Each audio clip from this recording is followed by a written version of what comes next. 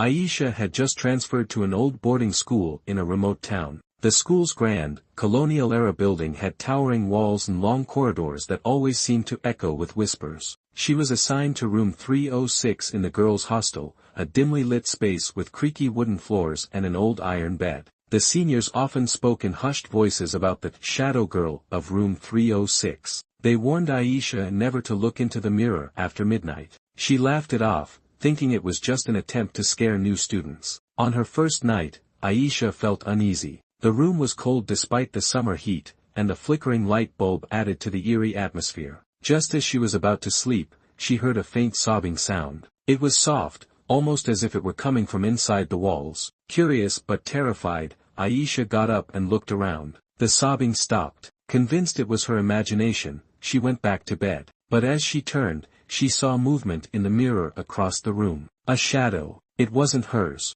Her heart pounded. She slowly walked toward the mirror. The moment she reached out to touch it, a cold hand shot out of the glass and grabbed her wrist. She screamed, but no sound came out. The reflection in the mirror wasn't hers anymore. It was a pale girl with hollow eyes, her lips stitched shut with black thread. The girl whispered hoarsely, "Don't stay here, or you will become like me." Aisha yanked her hand free and stumbled back, only to trip and fall. When she opened her eyes, the mirror was back to normal, and the room was silent. But on her wrist, she saw deep, dark bruises, marks of the ghostly hand that had gripped her. The next day, Aisha confronted the warden, who hesitated before revealing the truth. Years ago, a girl named Meera had gone missing from room 306. Her body was never found, but strange things had happened in that room ever since. Students had seen her reflection, heard whispers, and some had even woken up with bruises, just like Aisha. That very evening,